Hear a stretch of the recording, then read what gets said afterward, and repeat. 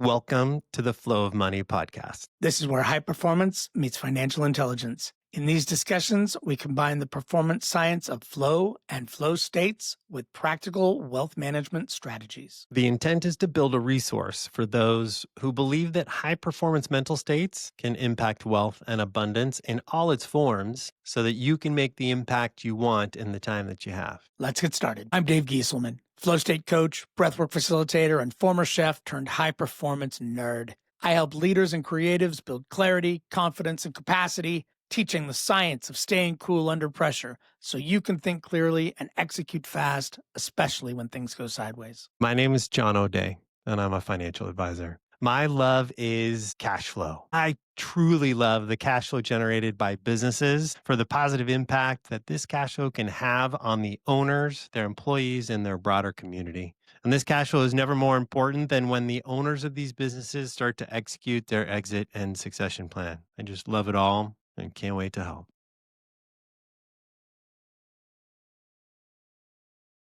Fear and flow. Fear and flow. So it is an unstable world right now. It feels very unstable. What are you saying to people right now who are very concerned about people who are, say, less than 10 years from retirement and watching just the amount, regardless of where you stand on the political spectrum, watching financial uncertainty sort of play out in real time? I'm less than 10 years from retirement. I'm kind of freaked out. How are you thinking about that? And how are you talking to people about that? Yeah, it's a good question. There are clearly times when it feels like change, impending change, has irrevocably altered the model of the assumptions that we're using to make decisions. And I'll give you some examples. 2007, 2008, 2009. Turns out if you look at the numbers from a market value standpoint, while people focus on the crash in 2008, the change in the value of most people's securities actually starts to drop in 2007. And it doesn't really stop for 2 years, the spring of 2009. And there's nothing, if you could back it up and re-experience January, February, March of 2009, was there really information present to suggest that that was bottom? No. It really felt like it's possible that the information and assumptions that we have made no longer apply. And what I am often listening for is for somebody to tell me the magic words, yeah, but this time it's different. So we have the dot-com economic vitality. Right. Begin to crumble and fray. A whole host of reasons. And then we have 9/11. And at about the same time, we accelerate down. And then we have little 9/11 hangover. So we have one of the first times in the history of tracking stock market performance using S&P 500. One of the first times in history down 3 years in a row. Fundamentally doesn't happen, right? We just don't have a statistical probability to say, yes, we have bad years, and occasionally bad years can string out. But we don't have multiple bad years in a row. This time it's different. And it was a very scary time. 2001, 2002, 2003, right? And the aftermath. I was in restaurants for it. I was in hotels for it. Watching us going, what are we going to do? Physically unsafe. Forget financially unsafe. Am I physically safe? January, February, March, people are dying and nobody understands. And the suggestion from some of the smartest people that we can find is that the flu-like symptoms appear to kill people and they're being transmitted at a rate such that a global scale pandemic might eliminate a third of the population on the planet. That's 3 billion. That is 100 million people. 100 million people are going to die from the cold? Wow, that's bananas. Like that can't, wow. Right? We can go back to R naught factors and how transmission is attempted to be parsed and, we can get into where it came from and its source, but how do we keep ourselves physically safe and those tools shut everything down? Like, you know what worked in 1918? people stopped going outside for a period of time. Right. They got out in front of it, they isolated a little bit, and things petered out. Well, if you take the U.S. economy and you say, look, you can't go outside for some period of time, John, I don't care what you're telling me. This time, it's different. Right? This time it's different. This time it's different. Now, I will tell you, there's no reasonable expectation that the change in the value of the stock market is measured by the performance of the S&P 500 from January of 2020 to December of 2020 should have changed that quickly. I mean, roughly 30 to 40 to 50% drop in the value of things that were super interesting and exciting to own, right, that you thought were going to double in 5 years. All of a sudden, we're almost half what you just paid for. And that rapid a decline. Also, 07, 08, 09, 2 years for that kind of value drop change to take place. This was 90 days, right? 60 days. Like bananas. This time. So the fear, the frustration, the anger, the sadness, the disruption is legitimate, right? You got to look at the assumptions that you're making about the process that you're following, and you need to be curious and open to the fact that information may have changed. Like, there's good data to suggest that we calcify around assumptions about what we believe are true that are no longer true after a relatively short period of time. Like, a vibrant and healthy process is to be skeptical about what is true. I have my assumptions about where value comes from and what is a good storehouse of value. I have to challenge the underlying assumptions. Otherwise, I'm going to miss things, right? That the world has changed. We do that so you are saying that we should do in our financial lives exactly what we do in our bodies, right? What the thing that I went to for comfort, the way that I created a sense of safety and comfort may or may not still be serving me to create either safety or comfort. And so I need to question why I continue to reach for it. I think curiosity is a superpower. I think openness and curiosity that is present, right, to make sure. Now, it is hard to pair that with science and research-backed process that you've come to rely on, because it can be easy to prove that we as humans and how we are wired can be overly influenced by the most recent piece of information rather than the vast history of all knowledge. Right? The recency bias, we can get anchored to things that may not be relevant. There's all sorts of brain bugs that we are subject to. So you do have to, while curiosity is important, you got to know that you're wired poorly and you may get misattacks, right? So you got to go back. It's almost an iterative process to go back and forth, right? To not be distracted by the most recent shiny thing that has just happened. Or catastrophic thing, or seemingly terrifying thing, or whatever. Right. And to attempt to hold it lightly, to be curious about its relevance to the impact, to be present for the fact that it is taking place, and to put it in its proper context as best you can, right? And there's not a good science that I've come to, except to say that if your process is accurate, right? If your process, and by process I mean set a goal, evaluate a set of resources that you're going to use to achieve that goal, start putting those resources into place, and monitor that process over time.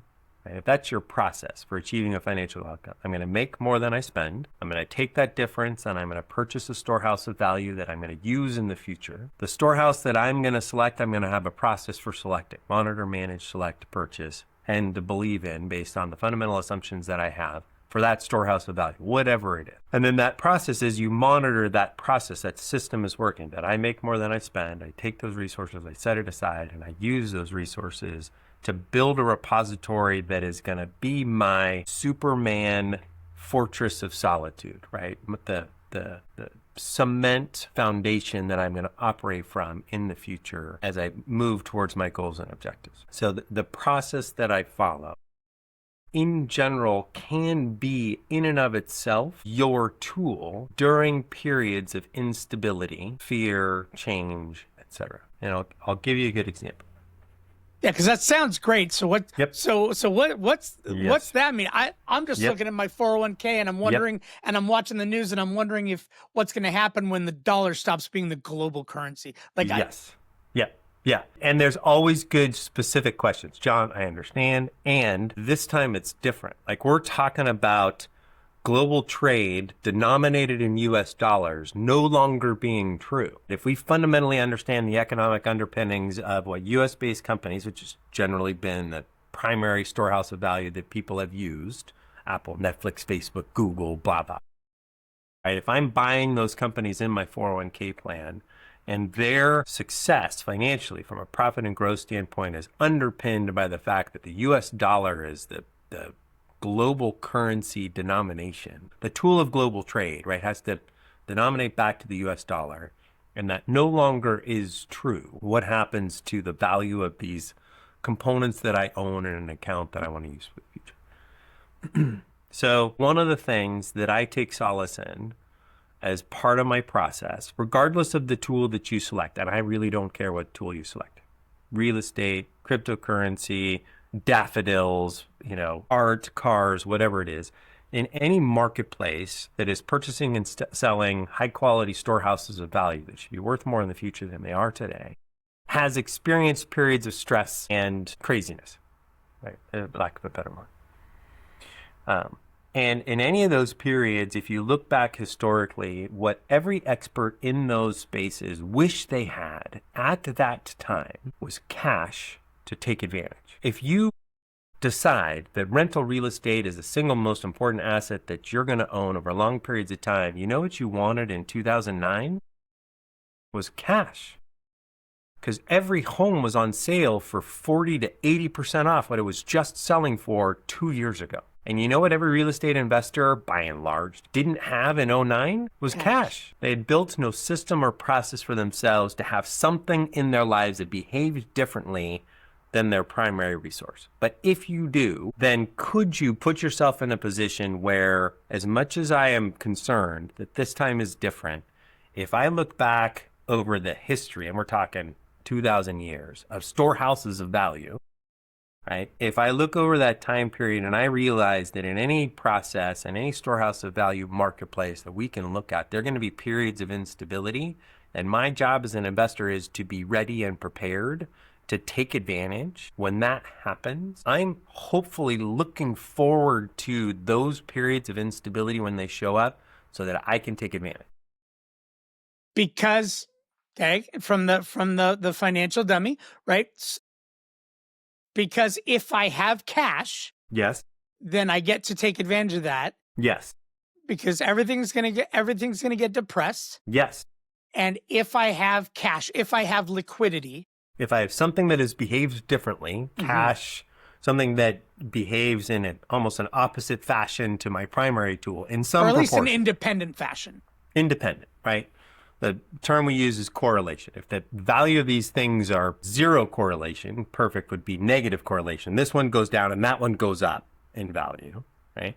Then I have something to sell to buy the stuff that I love and my process is built around on the assumption that historically speaking, the vast majority of resources that we're going to select as a storehouse of value, this is never, almost never, unlikely to be a permanent reset down that never recovers. By and large, attractive storehouses of value, especially the ones that I love, businesses, will find opportunities to increase in value over some period of time. You just need to make sure that your goals and your resource are aligned from a time standpoint, right? That most of the opportunity is created when there's a misalignment of time perspective. For example, let's say we're using, rather than rental properties, we're using publicly traded securities. Let's use a share of Apple, for example. If you're owning a share of Apple, because Apple on average grows at 10% a year, I don't know what the number is, but let's say hypothetically it's 10% a year, and you're parking money on the sidelines that you're going to pay your taxes with in 9 months. And you're thinking, here's $100,000 I'm going to pay in taxes. I'm going to buy a share of Apple. Apple grows at 10%. I'm going to make $10,000 while it's parked here waiting to pay my taxes. Awesome. However, the share price of a storehouse of value like Apple, while it may have an average return, it also has a plus or minus of nearly 30%. You have, as an investor, virtually zero control over the short term about the change in value. So you have a misalignment, my perspective, a misalignment of time, resource, goal standpoint. So all of a sudden, Apple, for no reason outside of what Tim Cook and the merry band of leaders are doing at Apple, the share prices of Apple trade at $70 rather than $100, and now you get ready to go pay your taxes and you're short. But if you own Apple because you're planning to retire in 10 years, you're probably not going to die the day after you retire. So if you retire like most people, you're still probably planning to live another 30 years after that. So you really actually have a 40-year time horizon on this storehouse of value. Could it be possible that the merry band at Apple, Tim Cook and his friends, regardless of what the short-term issue is, if you give them 10 years to correct and adjust to whatever this new normal is that you think, John, this time is different, are they going to come up with a new set of products and services that they can deliver to you at a vast margin over what it costs for them to make it such that they can return to profitability in a fashion that they're worth more today than they are, worth more tomorrow than they are today? Then all you really want to do is go buy more. As long as you have the time associated with your goal to wait for recovery. So now we're back to corrections in any marketplace take place. Stock market corrections at 20% or more happen with surprising regularity. We don't know when they're going to happen. We don't know what's going to trigger the value change. Sure. And we know it's going to happen. So if that's true, at some point, if you have a resource that you can use to take advantage, somewhere in your portfolio, have something set aside that isn't that risky, that when the stock market goes down, it either doesn't change or it goes up a little bit, so that you could sell that to go take advantage. Are you now leaning forward and hoping for those crazy points in history when the stock market goes down? Could I get you all the way to, man, if we could get you to the point where, yes, it's scary. And historically, these things self-correct, right? For-profit entities are run by smaller people who will generally figure out a path, especially if you own enough of different kinds. They'll figure out a path forward to profit from every disturbance. So part of the challenge tends to be, do you believe that? Do you believe in your storehouse of value? Have you fundamentally done the work to really come to understand these are companies that generate revenue, they have expenses, if there's profits left over, profits go to the people who own the company. If you own the company, if you're a shareholder in your 401k plan, if you own mutual funds and those mutual funds own Apple and Netflix and Facebook and Google and, Domino's Pizza, one of the greatest performing stocks over the last 20 years is freaking Domino's Pizza. It's not Tesla. So if you own those companies and they're run by smart people who will be able to profit from whatever change that happens, especially if it's over a long enough period of time, and you have resources to shelter yourself from short-term stuff. So let's say you are 65. I'm retiring tomorrow. Well, you shouldn't have the money that you're spending next year in the stock market, right? And therein lies the value of a really good financial advisor. It can be super helpful. It can be super helpful to build a repository of resources that you're going to spend over the next 3 to 5 years, such that the value change in the rest of your stuff that you're going to spend in your 6 to 40, that has time to recover. You have enough to fill your checking account with the resources you plan to spend and stuff that didn't change a lot, right? And so if you have insulated yourself to some degree over the short term, based on the changes, could you get back to the eagerness? Oh, I'm so excited. The stock market is down 30% because I have stuff that I set aside that I get to take advantage. And so there will be times where it will be very hard to understand on a short-term basis and a long-term basis, what is the meaning of fill in the blank? Decoupling of the global economy from the US dollar as a primary source of exchange. What happens when the US defaults on the gargantuan size debt that it has incurred? What happens if you take 30% of the employed population and you fire them because chatbots can do their job? What happens if, North Korea takes over South Korea? What happens if China takes Taiwan? What happens? Fill in the blank, right?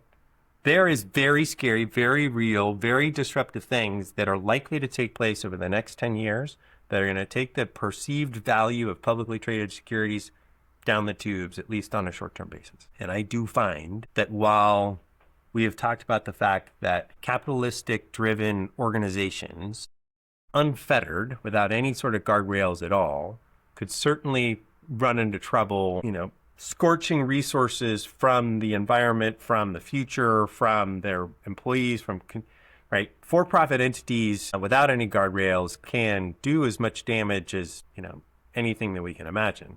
However, as a self-organizing principle, the drive to create profit or excess value on the behalf of stakeholders doesn't have to be profit. It could be we as a community are going to farm, right? And we've produced excess, vegetables that we don't need anymore. We now get to trade with people who have trees, right? They've got wood, no places to farm.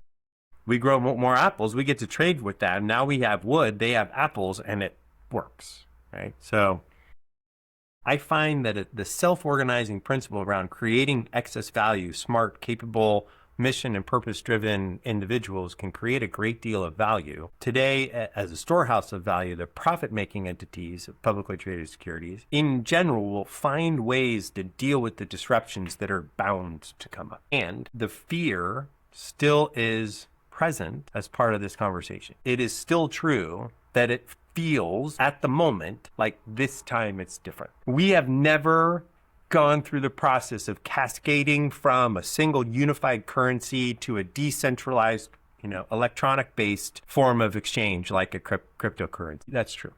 We've never gone through a mode of transportation change like going from horses to cars. We've never gone from paper to computers until we did.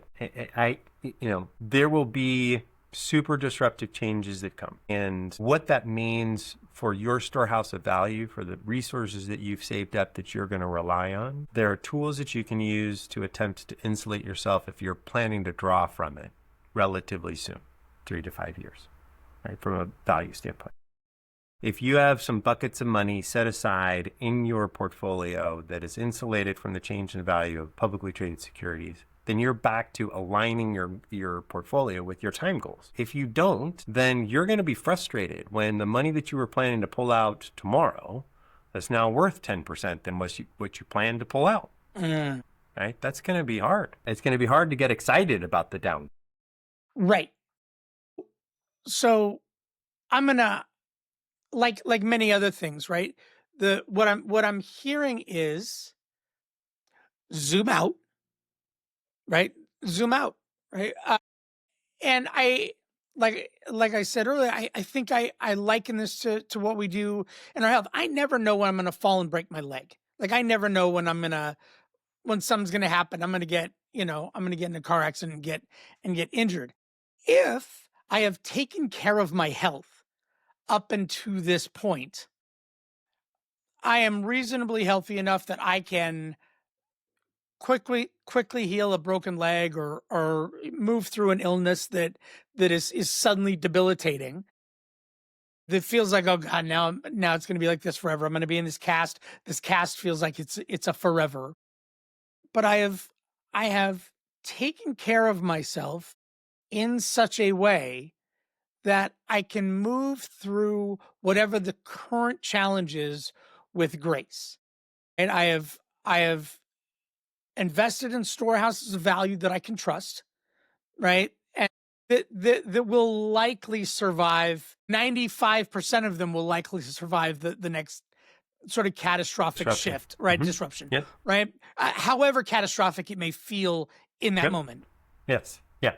And if in addition to that, somewhere I got and this is a terrible analogy, like a bag of cash stashed in a closet somewhere. Yes. Right. Yep. So when all these storehouses of value go through this thing, like I can still reach into the bag of cash in the closet, not only pay my rent, but now buy a little bit more of this storehouse value that is temporarily depressed, because we don't believe that any of these things are like going to crash and burn and die and never go. It is possible, right? It is well, some of them, but not all of them. If you have a reasonably diversified. Well, and I mean, we can have a conversation about the fact that there is a chance, right? Just because I've never seen a global collapse that never recovers, right? Doesn't mean that it can't happen, right? The chance of that is not zero. It's incredibly challenging to imagine how small the chance is that happens. And if that happens, it won't have mattered what you did. Right. Right. It won't have mattered. Right? All of the healthy people in plane crashes also die. Right? The buffest guy in a plane crash also dies. It won't have mattered. And so part of the challenge, why mindset and why my interest in flow and breath work that affects mindset that you can manipulate, can you produce for yourself a gap between the emotional reaction that this is a tiger in my bleeping office that is going to eat me, right? To this is a category of a problem or a challenge that I can figure out. Is there a step or a tool or a process that will give you a chance to hear this message? Because part of the challenge is when anger, betrayal, breakdown in trust, misunderstanding, a fundamental misunderstanding of what you're doing and why you're doing it, right? If you go through the process of ending up with a breakdown in trust as a part of this process, or shame or anger or any of the negative mental loops that we can get in, there is no way for me to deliver knowledge to you at that point to shift the mindset, right? We got to get back to, is there a way to connect and hear the message? Because at that point when emotions are high, like as we've spent some time talking about before, at the point of that crisis, right? The crisis communication, I can't deliver rational information to you while we're in the middle of a crisis together, right? So could you practice, prepare, or develop a set of tools knowing that you as a prudent human being, to protect your future self and your family, are going to make more than you spend, set that resource aside, and you're going to use that in the future. And if you're going to do that and the value of that is going to change, you need to practice what you're going to do when that feels threatened. Are you telling me that preparedness prevents panic? There's a chance. When it happens, as much as I've had a securities license for the last 20 years, that does not inoculate my amygdala, whatever you're going to tell me is the lizard brain center that gets triggered at the fight or flight, freeze, decision-making process. Whatever sympathetic system gets triggered, I don't really get to control the initial response. There might be a window if I've practiced and developed a set of tools, breath work, meditation, practice, right, framing, pattern recognition. If I've put together a series of tools, do I open up a gap post-intervention, right? Stock market's down, somebody's yelling at me, the markets are down across the board, such that I can still operate and deliver value. Emergency room, teams that are working on folks, that all those places where cognitive function is required under periods of a great deal of stress, right? Can you develop those types of skills? Because it might be true that there's a continuum. Like the first thing is do no harm to yourself, right? Can I get you to the point where the vast majority of the data suggests during a period of instability, the first step that many decision makers make is they sell and go to cash to avoid future losses. And most of the data would suggest that's not the right decision. That is very difficult to figure when to sell and when to get back in. That is the exact, there is a wolf in front of me, turn and run. Right. Also the wrong decision in that moment. Right. I mean, I did work for an investor who had $5 million of investable assets in 2006. Floated up in 2007, and then by spring of 2009, he had $2 million. A big drop. And he just capitulated. I'm out. Can't take this anymore. I'm going to wait for this to stabilize, and then I'm going to get back in. And that was 2009.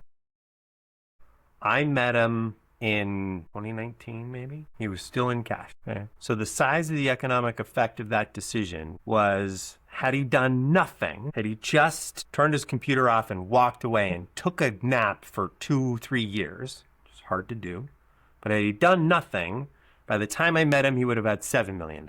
So can you create enough of a gap from a tool standpoint to at least do no harm? But in a perfect world, could we go a step further where you could turn this into an advantage for yourself? So there's an author out there, I came across this concept and I like it.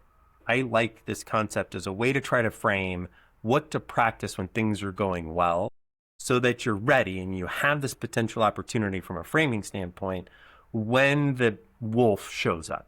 Because in the financial world, it's absolutely going to show up.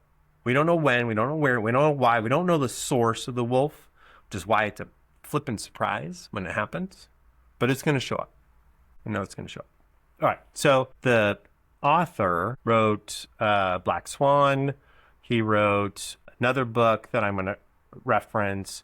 But his day job was what's called options trading. He was an options trader. And the analogy is this. He came across the question, what is the opposite of fragile?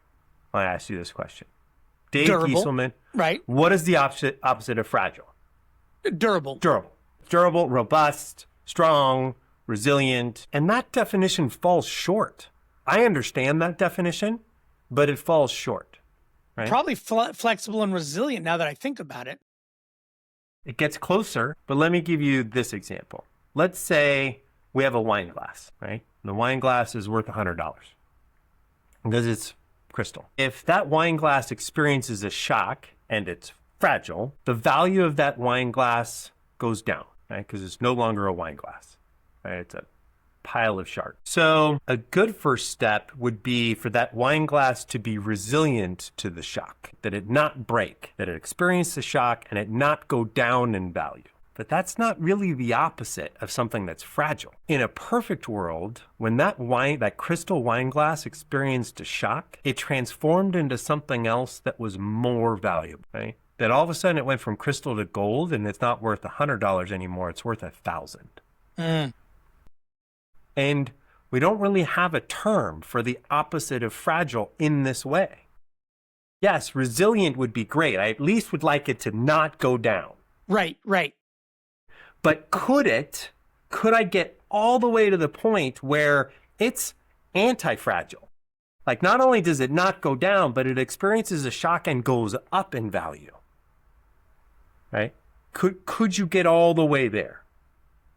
That's wild. I think about, right, and this is why you do what you do and why I do what I do. I think about the body, and a broken leg, Yes. if set properly, Correct. feels stronger than before it broke. How many other examples? Like when you are pursuing fitness, right, the efforts to move a heavy weight has a deleterious effect on your muscle tissue and it repairs itself. Muscles, right. Yes. And the human body properly managed could be considered anti-fragile. Right. No, and it's such a cool analogy, and it's such a cool like a cool comparison. But you got to be healthy. It's got to be like everything's got to be ready. You got to be prepared to experience that proper training, shock. Support, and systems. So there is a promise that is emotional, right? That you might get somebody to as part of the tools that you use to be ready for when the wolf shows up in your home, right? Financially speaking. And it is true that you could help deal with that emotion, right? That you're going to experience. There's nothing that I can do to eliminate the initial response. Right? One of the speakers that I really like who talked about the mental resilience that is offered by, say, meditation is that the Dalai Lama gets angry. He just stays angry much shorter than the rest of us. Sure. Right? We're all going to experience the initial reaction, but could you open up a large enough gap where you could get to a profitable reaction to what's going on currently? And you got to prepare and organize. But there are situations where with the right mindset and the right structure, could you, let's take, this podcast we're recording today at the end of July in 2025. Right? And we've seen a lot of disruption during the first half of the year of 2025. So in financial markets, you can describe publicly traded companies as US based or international, companies outside the US.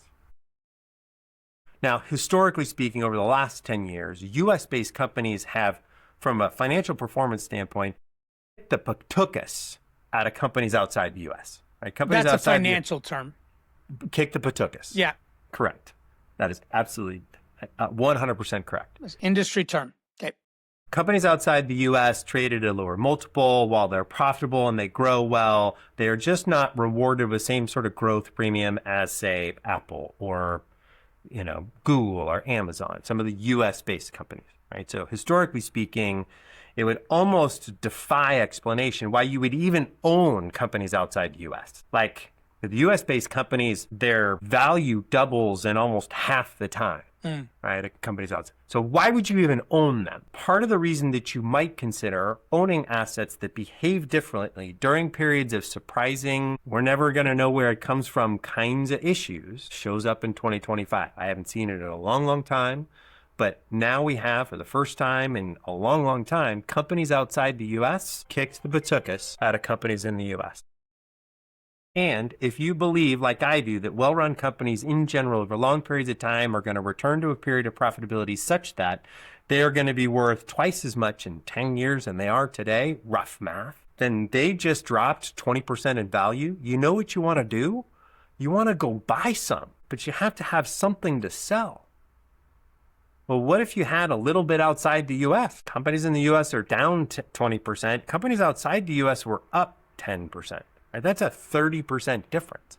Now, all of a sudden, you could say thank you to your companies outside the U.S., sell back, and go buy some of the stuff in the U.S. that has just gone down in value and take advantage. Could you put yourself into a position where you're not just robust and resilient, but could you potentially put yourself into a position where you're anti-fragile, where you are profiting, where you're benefiting, where you're mindful of the long term and you have goal, storehouse of value, time frame alignment such that if something beautiful and well run and designed that you love, that you just bought recently is now on sale, you have something available to you to go buy some more. And have you set yourself up in a way where that's so if you get to the process of what you're using, right? What are your goals and objectives? How are you getting there? What are you selecting as your storehouse of value? What are you using to make sure I haven't missed something? I still need to be open and curious about what's going on today, right? There's always a new concept that is coming into my world that I need to pay attention to, and very, very, very few of them are present in a fashion where they shift fundamentally how I recommend people pick storehouses of value. Give you an example. Wasn't that long ago when there was a sense that cannabis-related companies were going to change the nature of how we entertained our and we were going to create billionaires overnight. And so I had to figure that out. I had to figure out, hey, do I need to recommend to my clients that they need to evaluate, purchase, monitor, and manage cannabis-related for-profit entities? And I was out. I spent some time looking at it, and I tried to understand the economic models, and still illegal at the federal level. And we got compliance issues, we got banking issues, we have insurance issues, we have audit problems, like a publicly traded security needs to be audited, and I'm not sure I'm getting a good audit from people that I recognize. And I was out, right? This is a consumer product. It's either a farming issue, right? Or it's a consumer brand. Farming doesn't grow that fast. Like for a farmer to increase profitability on a rapid basis, would it buy more land? Like, I don't know how they double their profit. They're a farmer, right? Consumer brand associated with entertainment, intoxicants, whatever you want to describe. There's really bright incumbents there that have to win this game, and I don't know how they let somebody else beat them, right? I mean, if you make a beer or a wine or a tobacco or a pharmaceutical, like, you have to own that marketplace. So has the world changed? Is this time it's different? The trend is going to head this direction. I got to be curious and make sure that I don't get attached to what I believe is true is going to always be true, right? I got to be able to be present for that. But I also got to make sure that I'm not just anchoring to the most recent thing that I've seen, but recency bias, hindsight. There's a lot of, problems that I'm going to have in seeing the data, and I got to figure out how to play those together. It's such a This is why our conversations are so cool. It's why the overlap in what we do is so cool. The nervous system, you get a new hit of something scary. The nervous system does not care what it looks like. It doesn't care what it is. It only cares what it looks like. It only cares, have I experienced something like this before, and what did I do with it? It doesn't get curious. And I think that's that recency bias. That's that thing, understanding that really anything can happen. Right. And so I need to heal old stuff, right? So that it doesn't show up and pretend to be facts. So the next time, kind of a tough flu, rolls through the city, I'm not panicked about the next global pandemic, right? And I'm healthy enough to kind of ride out whatever is going on and go, well, this is gonna be fine. Like whatever it is, I'm not so atrophied that 12 weeks in a boot, takes me completely out of the game, right? Like I'm not gonna lose every bit of muscle that I have. We need the continuum, right? We can't get to anti-fragile unless we've built a foundation of robustness, right? We need to at least be resilient to the surprise or the shock that's going to show up to even have a chance to profit, right? In terms of that process. So use the broken leg example. Have I positioned myself from an income standpoint, a cash flow standpoint? Do I have 3 to 6 months of my living expenses just sitting in my checking account staring at me, such that if something happens to me and my income drops for a period of time, I don't care, right? I got that walled off and taken care of. I'm not on credit cards. I'm not hitting up my friends and family. I've put myself in that situation because I spent less than I made and I set that aside. And then when I got my cash reserves done, then I started to buy future reserves, right? So I have my reserves, and maybe I'm going to take some of that money that I spend and I'm going to get some tools or resources to share that risk with institutions. Insurance, right? I've Sure. got health insurance, disability insurance. There's all sorts of things where you might consider, not require, but have I built a robust, to some of the surprises that we're commonly exposed to? Health issue, job issue, financial issue, income issue, stock market issue, right? There's all physical, emotional, financial, spiritual, like all the domains that you might consider important. There's going to be shocks and surprises that shows up in each one of them. Have you thought through a risk management tool to build robustness as best as possible, such that you're stuck on the couch finally getting to write your book, right? To free your space to do your podcast with your friend John O'Dea, right? Is there a way that you could have positioned yourself where somehow as part of this process, not only are you robust and resilient to the surprise, but you have positioned yourself to take advantage in some capacity, where not only are you more valuable on the other side, but you waltzed your way through it to some degree. Sure. And so, yeah, I love this. So this is about, when I look at the body, this is about building health, building healthy response to Yes. to fear, building healthy response to the unknown, which means not everything is like the big scary thing. Like I'm not telling stories the moment they happen. So it's that pause. That is this that thing, or is it something else? And what can I learn here? Like where's the opportunity? Yep.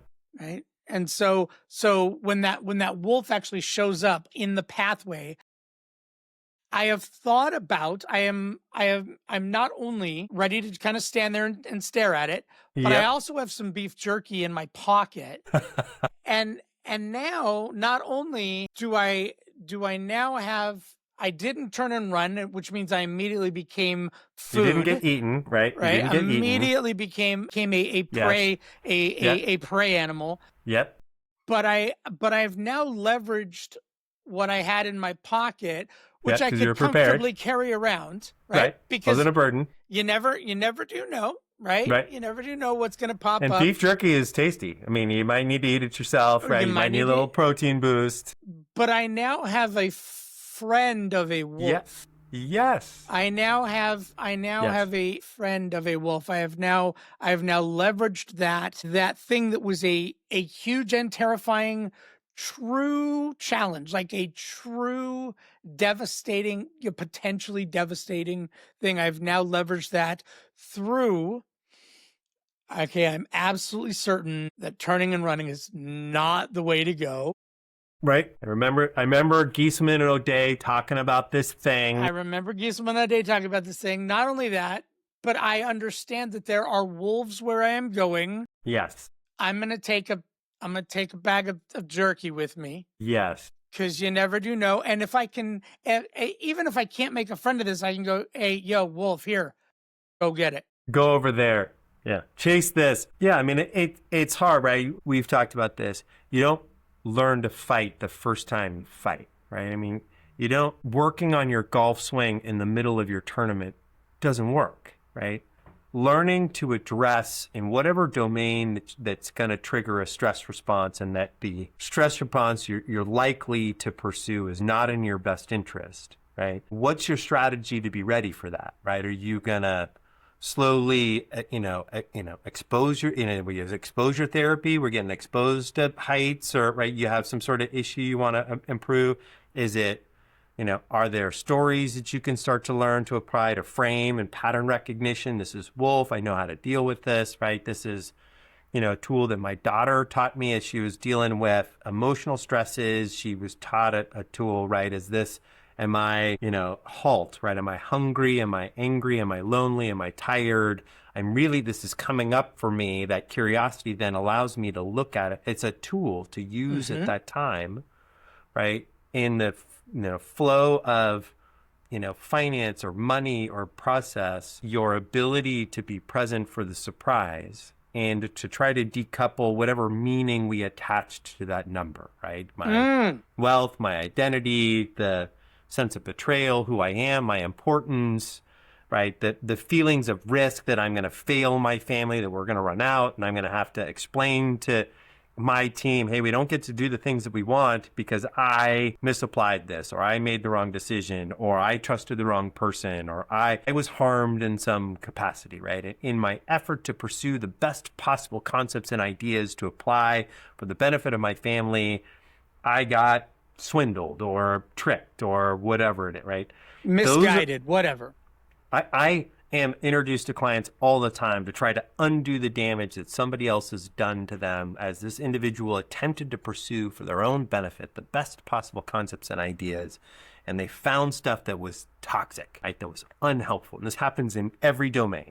In every domain. Every domain. I want religious improvement, right? You go looking for a good restaurant. I want religious growth and development. I want physical shape, right? I want to be healthier, so I take this pill, right? There's all sorts of things that we come across that are very, very hard to parse at the time. Is this really in my best interest? And so, there can be all sorts of shocks that show up that have nothing to do with the devaluation of the U.S. currency or tariff policy or lack of immigration or too much immigration or not the right immigration or artificial intelligence and how that changes the nature of the workforce or clean water or U.S. debt or taxation or global pollution, global warming, right? I mean, part of the challenge in addition, and it's not always easy to frame, and in many domains, we are delivered experiences electronically in a fashion that is designed to trigger these emotional responses. That I feel safer as part of a tribe, especially when there's an enemy.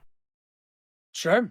To be afraid of and angry at an other. Not only does the other identify me, an other that I can look at and point at and debase and ignore or, demean, right? As long as there's an other that I can point to in that negative fashion will, by all accounts, make me feel bigger, stronger, right?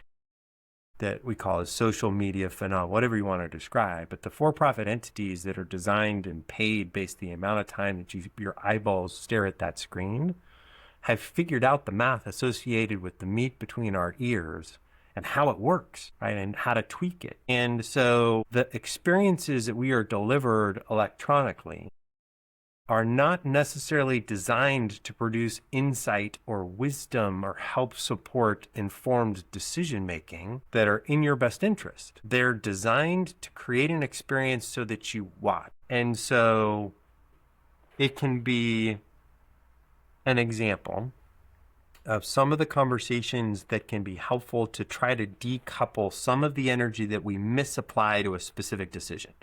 We are energized about something that is going on in the world, and we have every right to be energized about it. And we often will apply that energy in what appears to be a related field or issue.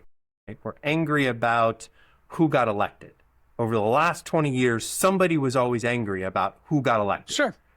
There is still, as far as I'm aware, no 100% landslide. Right? There are still people out there who voted for the other person. So I get phone calls, regardless of who's elected, that the world is coming to an end, that I believe the currently elected individual is going to trash the planet in a very meaningful, permanent, and irrevocable. And I can sympathize with the perspective of my counterparty in that conversation. And yet, in many instances, the energy that they have for the specifics associated with their perspective, very little of it has anything to do with the leadership's team ability to build and grow a profitable, shows up as a change in the value of their 401k. That we will misapply anger and frustration around a particular issue to the change in the value of our 401k plan, despite the fact that there's very little, here in 2025 in California, there's a great deal of energy on both sides associated with the immigration, customs, and enforcement activity in Southern California. A great deal of energy, as it should get our energy. There's energy to be had to understand and identify. That is going to have nothing, virtually nothing, to do with 99% of the for-profit companies in the world and their ability to make beautiful things and charge it more than it costs them to make. Paper clips, little white cubes of paper with portions of glue on one side. So one of the questions can be about getting very specific. Before we get into it and before I jump to conclusions, Dave, I really appreciate your question about what happens in my investment account should the US dollar no longer be the primary currency that is used for global. Before we get to that, what specifically are you concerned as it relates to your investment account? Before I jump to conclusions, what specifically, and it could fill in the blank on the issue. Right. It doesn't matter. But if you can start to narrow in back to your process, what specifically are you concerned about this affecting the process that you've laid out for yourself in terms of goal or objective, make more than you spend, set that aside and buy resources that we collectively, you believe are going to be worth more in the future than they are today. And by future, I mean a decade or more, 7 years or more, 5 years or more from today. Right? 5 years takes us out of current administration at a minimum. Right. So what specifically are you concerned about? So we can get into the details, because you may find a participant in that conversation may find that as they turn their curiosity and point it at that question in particular and connect it to their process, that some of this starts to loosen.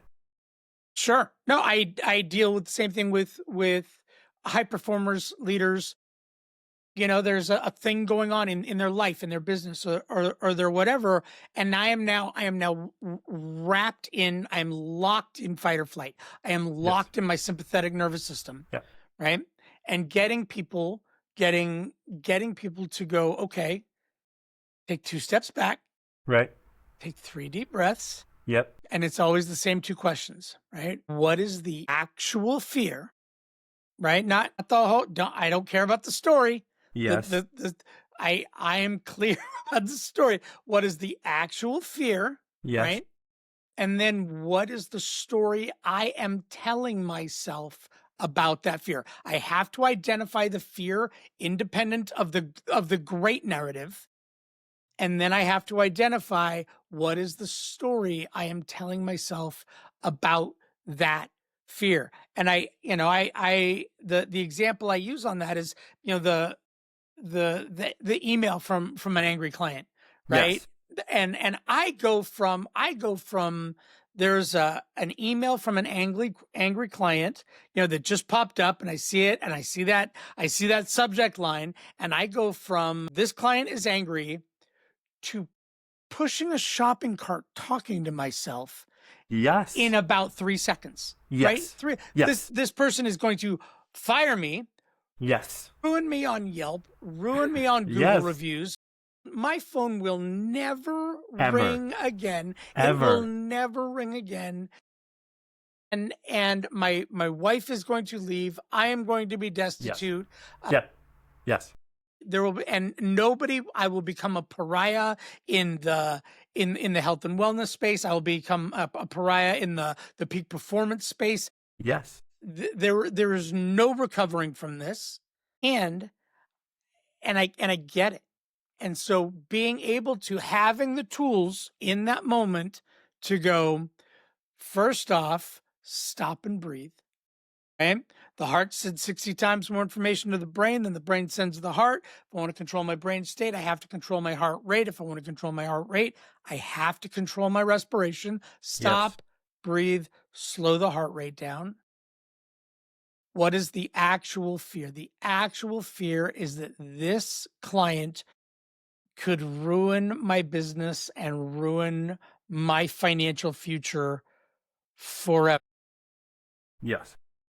And the moment I can even articulate that is my fear, Right. it vanishes, because it's just simply so far from anything that, all right, maybe not a non-zero possibility, but whatever. I mean, protons decay, protons, like there is a 1 in 10 to the 34th possibility that every single one of the protons in my body could decay at the exact moment, and I would just vanish. There's not a zero possibility of that happening. There is a mathematically identifiable. It is non-zero. It is non-zero. It's right? near zero. It's near but zero. It's not zero. It is not zero. Right. So, but the moment I can take that fear, like you said, out of my amygdala, push it through the filter of language. So now I can identify. So here's the actual fear. This angry client, which, by the way, I assure every single client at some point in our arc, not only am I going to make you angry, you are going to be furious with me. If we don't get there, we're not doing it right.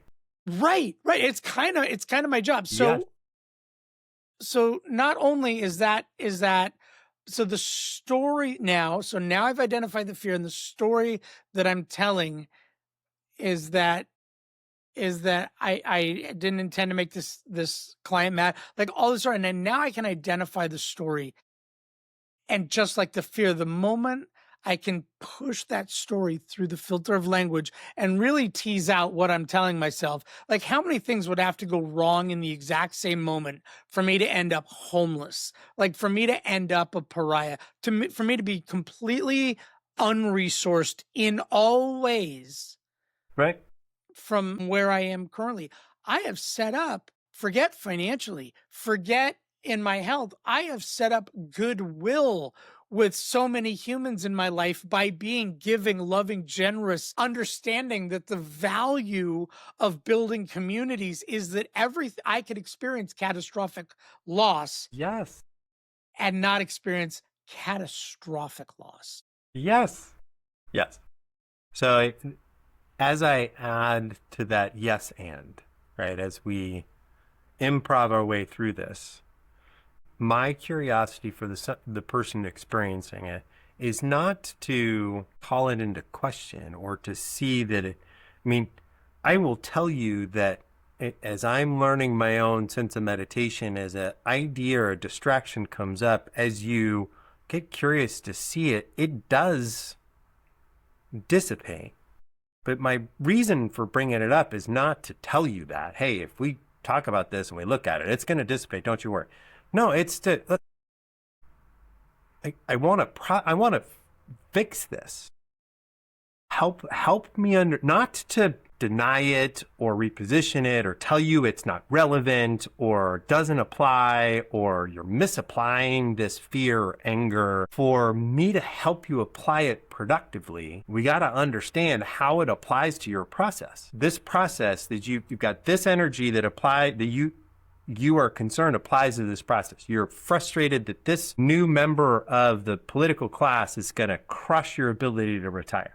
Awesome. What in particular helped me understand that?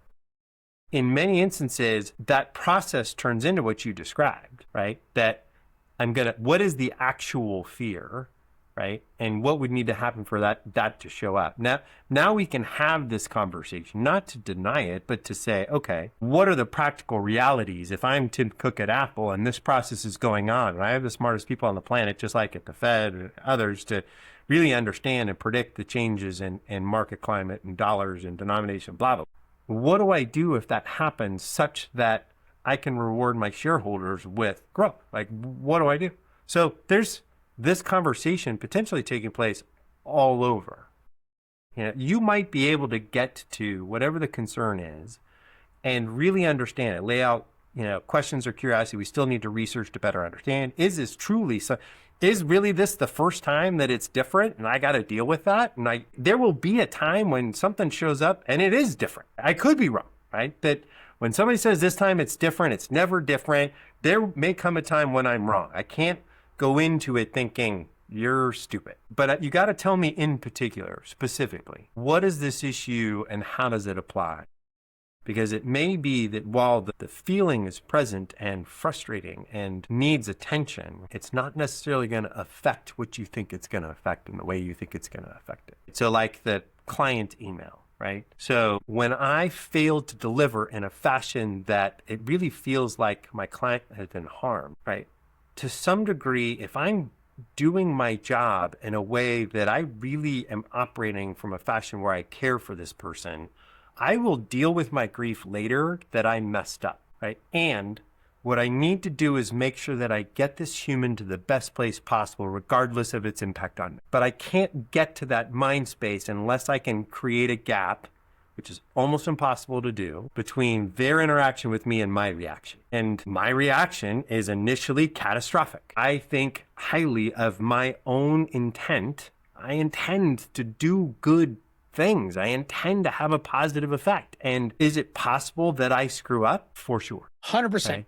Now, there's a freaking wolf in my eye. Like, I have screwed up, right? And the difficulty for me to recover and interact in a fashion that is positive for that person who is experiencing this emotion is hard. But if I can get to that and decouple what in particular is my emotion coming from, right? As you're teaching me to process my own reaction, and I got fears and concerns that I may be able to take some energy out of so that I can get back to doing good in whatever fashion that I can. Now, my ability to do good may be limited based on whatever harm I've created. But how do I deliver, at least from a process, if people are going to hire an artificial intelligence generated Brad Pitt Zoom screen and they're going to be able to pick their Brad Pitt financial advisor and go through that process, and I'm no longer employable, okay, but at least you'll have a career in podcasting.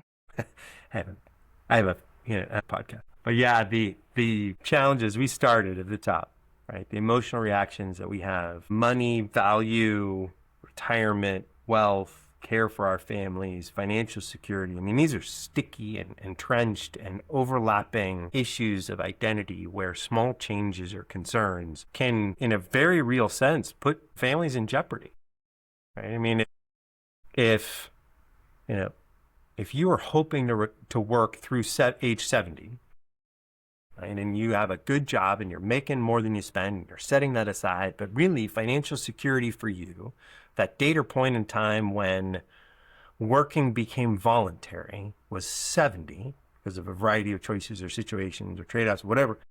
And something happens in your life that now prevents you from working to 70, job change, economy, health issue. Like, this is not an insignificant challenge. Now we're talking about how do you scale back in a fashion where you're not eating dog food out of a can at 90? And we're trying to make a guess about a future that is nearly unknowable, but to point in that direction. And it's hard. That emotional content is not zero. And I can appreciate that. And we still have to figure out how to move forward in a constructive fashion to make decisions, to move the ball. I mean, husband and wife, we talk about statistical averages. There's a chance that between a husband and wife, one of them may need a care need in their 80s that lasts a meaningful period of time that really has a destructive effect on their health. Right. And as we are living longer and longer lives, that possibility continues to grow. And there's going to be that relationship where both of them have it, right? One of them has, Parkinson's, and the other has cognitive decline. Like a nuclear bomb drops on that family, financially speaking, be mad. You're entitled, angry, frustrated, sad, betrayed, yes. And we're going to need to make decisions. And as much as that triggers for me, I got to get my care somewhere else because I got to be present in the moment with that family when their wolf is right flipping there and they got no beef jerky in the pocket. Right? That wolf is nibbling. Which means your nervous system needs to be on point. I have to have my own tools. I have to have my own tools, my own mindset, my own practice, right? As I'm prepped and ready, it can't just be sympathy for them, right? It has to be, present and available. And then, much as many of these professionals who deal with high stress situations, you don't get your own personal care, from your care community. You have to get it somewhere else, right? The psychiatrists and psychologists have their own psychiatrists and psychologists, right? They gotta unburden and decouple from the stuff that they're carrying triggers up for them, right? And you gotta have your own process. And high performers need to perform in the moment, right? And get it elsewhere, right? You don't get to take care of yourself in this moment. Your job is to take care of the people who need care, right? So high performers, right? Which means that in the moment you need to have your own nervous system regulated. So when your clients, John, call you and they are completely dysregulated Yes. around this political figure and this situation and this company is doing this and that, and what does this mean? Your own fears around whether they're upset, whether I'm going to lose a client, I'm going to get sued, right. I'm going to get triggered. Like, as an investment advisor, my background is publicly searchable and easily findable. That's the whole point. I've done somebody harm financially. You need to be able to find that. Like, my reputation is not a durable, it's incredibly fragile. And at some point I got to wade into that issue. Even so, this is where some of the euphemistic term is sandwich generation, right? The parents who are caring for kids at the same time that they're caring for their parents, right? They're sandwiched between, is so brutal, right? Because it can sometimes be true that in your effort to spend yourself to care for your kids, you would like to receive care from somewhere else.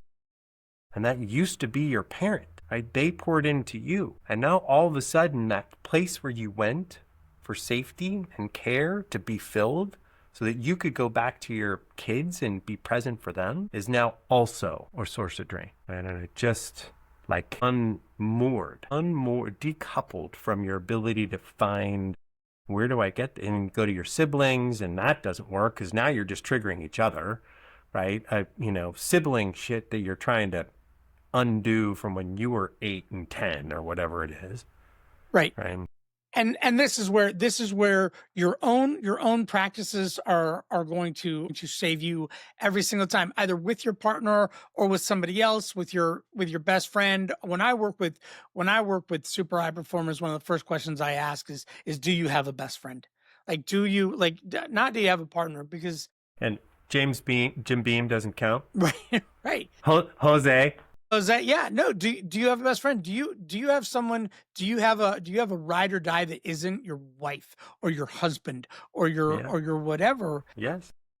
because the ability to regulate a nervous system, the ability to get care when we need it, right? And which may not be in the moment, our ability to continue to build and nurture new relationships over the course of our life is important. And one of the big markers for not only longevity but quality longevity is the ability to create, to inspire and nurture and cultivate new, close, intimate, non-sexual, intimate relationships that way when our best friend from third grade dies, we are not alone in the world with a partner or whatever. We have resources. And I think that goes back to that bag of cash, right? That continuing to cultivate that sort of bag of cash, that resource somewhere. Do I have resources in my life when everything All the burns to the domains. ground? Right? Do I have Physical, places to go? emotional, spiritual, relational, like all the domains that are critical for what somebody would consider a well-lived life. Do I have not just resilience and robustness, but the tools to be anti-fragile and the capability to build connection and relationship, intimate, non-sexual relationship, just seems gone. Right? It's just hard, right? But that tool, right? That community, that connection, that relationship. There was some reference that I saw somewhere and it just stuck with me that, where we as humans have lost that capability to be that ride or die for somebody else as much as we want it for ourselves. Either we're overly selective or I don't want to be it for that person because they're sort of smelly, or I don't know how we bridge this gap to get to this. But who's that person that, when the phone rings at 3 a.m., they're just yes and. Right. And how many of us have that? I mean, I know I Or talk to a that, lot or of people capable to are that. are that, yeah, not only have that, but are that, right? And I think about how many people could call my phone at 3 a.m. and I would either answer, it's funny because my phone doesn't ring, because I have my night mode. Sure. But and sure, my wife, my son, are on the ring through, Yeah. right? Yes. But there are also, like, my best friend is on the ring through, right? My best friend will absolutely wake me up in the middle of the night. And Are you ring through worthy? Yeah. Dave, are you ring through worthy? Right. And how many people am I willing to be? Am I willing to, like, out of bed, into car, in whatever condition I'm in? How many people in my life, and am I that person to other people? I think is a really good thing to explore. Because that's that bag of cash in the closet. I got my go bag. The car is moving. Where do I show up? There's a shovel in the back and a couple extra tools. Like, what's going on? Yeah. I'm going to get in motion. I'll call you and you're going to tell me where I'm going. Right. And I think that in many ways that is that bag of cash. Same idea, right? That's that building that process and knowing that it's there. Like, knowing that it's there gives me strength. Knowing that it's there is part of that thing that gives me pause. Right? I can survive catastrophic failure for 6 months. Lengthens the gap, right? It lengthens the gap between wolf and reaction. That there's needy stuff in there that you packed in ahead of time. Intentionally. Intentionally packed in ahead of time. So that when it opened up, it all of a sudden, is one of those one-way gears where it isn't going to close down that quickly back to the reaction. That you've packed some stuff in there that if you open it up, a bunch of shit drops in and it's not going to come back. There's a chance. And I think that's right. I think that dealing with emotionally charged, challenging situations is a life skill. I think curiosity is a superpower associated with that. I think that opens up the fact that I might be wrong, which shifts the mindset to some degree to be curious about what is present and true. Or the belief that what has always been true may no longer be. I listen, the things that I used to believe, I can't believe anymore, right there. I have to grow and develop. But I also have to be willing to resist it some, not to the degree that it's a pathology, that I'm, this is where Csikszentmihalyi, the flow state guy, right? This is where you can calcify around what you've always done and the way that you've always done it in a fashion that you die. The growth and development, this flow state triggers around the change and the difficulty, right, associated with it, right? That the shift in mindset that comes from, I gotta reinvent a little bit, right? You gotta be open to that. The difference between calm and comfortable. We die in comfortable, right? But the ability to remain calm under just about any circumstance requires a ton of work. And so many people confuse or conflate calm and comfortable. Like that person is calm, he must be comfortable in the situation. No, but I'm clear that the situation is A, temporary, and B, I know my way through it. Or if I don't know my way through it, I can find my way through it, which is very different from comfortable. Yeah, you see that language in places where intuitive brilliance and smartness and training and education are required to survive, right? That slow is smooth, smooth is fast. That shows up in military context, right? In terms of, in the point of an emergency, right? You don't rise to the level of your aspirations. You fall to the level of your training, what you've practiced and are capable of. And I remember my son running towards a restaurant, didn't see a metal bar, smacked his head, cut it open, and forehead cut, just blood everywhere, right? You cut your forehead, there's blood everywhere. And the reaction of the community around him was varied from very emotional and energized to, right, we got blood, we're going to figure this out, let's, head back to the car, right? And, you got to have some amount of calm. I don't want that to happen. And, you got to be able to be present for it in a fashion where we can move forward. And denial's not the right, there's a balance, right? Calm and denial can feel very similar.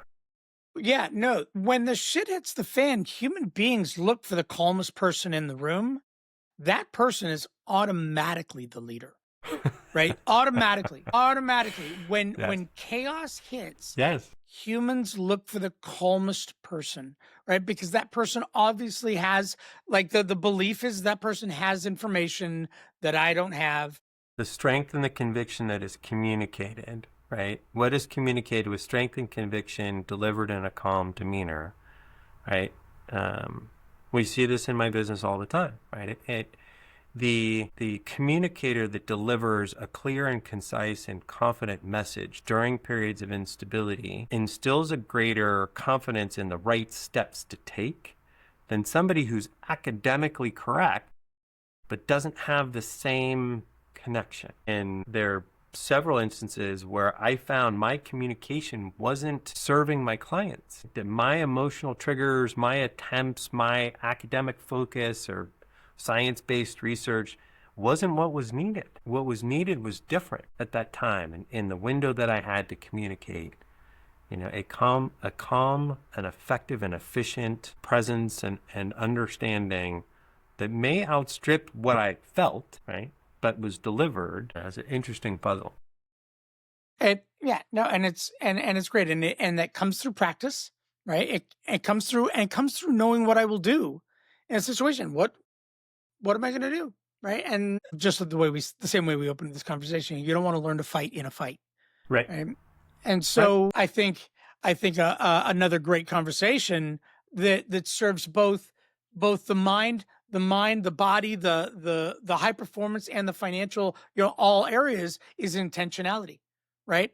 What can I be super intentional about with money, with my body, with my mind, with my cognition, with meditation, with breathwork, with flow state, with all of these things, so that when it all comes out, like I am calm, not checked out, not dissociated, because humans can clock that. Not denied, right? Right. Like I can clock checked out. That guy is not calm. He is checked out.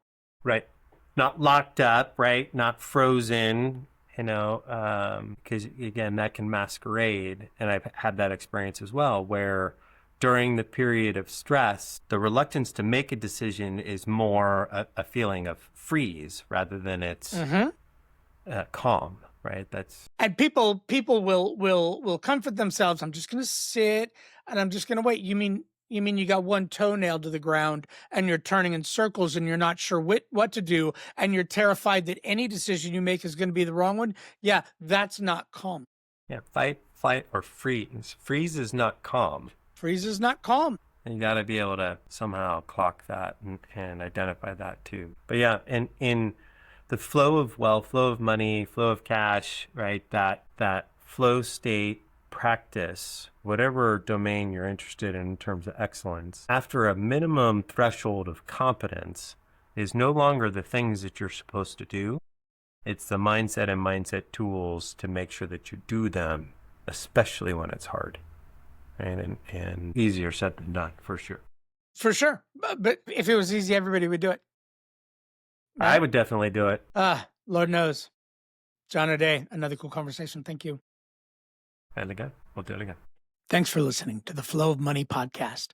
You can find us on Spotify, Apple Music, YouTube, or wherever you get your podcasts. Learn more about John and Dave at theflowofmoneypodcast.com. If you liked this episode, share it with someone who's ready to step into flow. If you're interested in sponsorship or collaboration, we'd love to hear from you. See you next time. Hey, before you go, this is John O'Dea here for the quick note.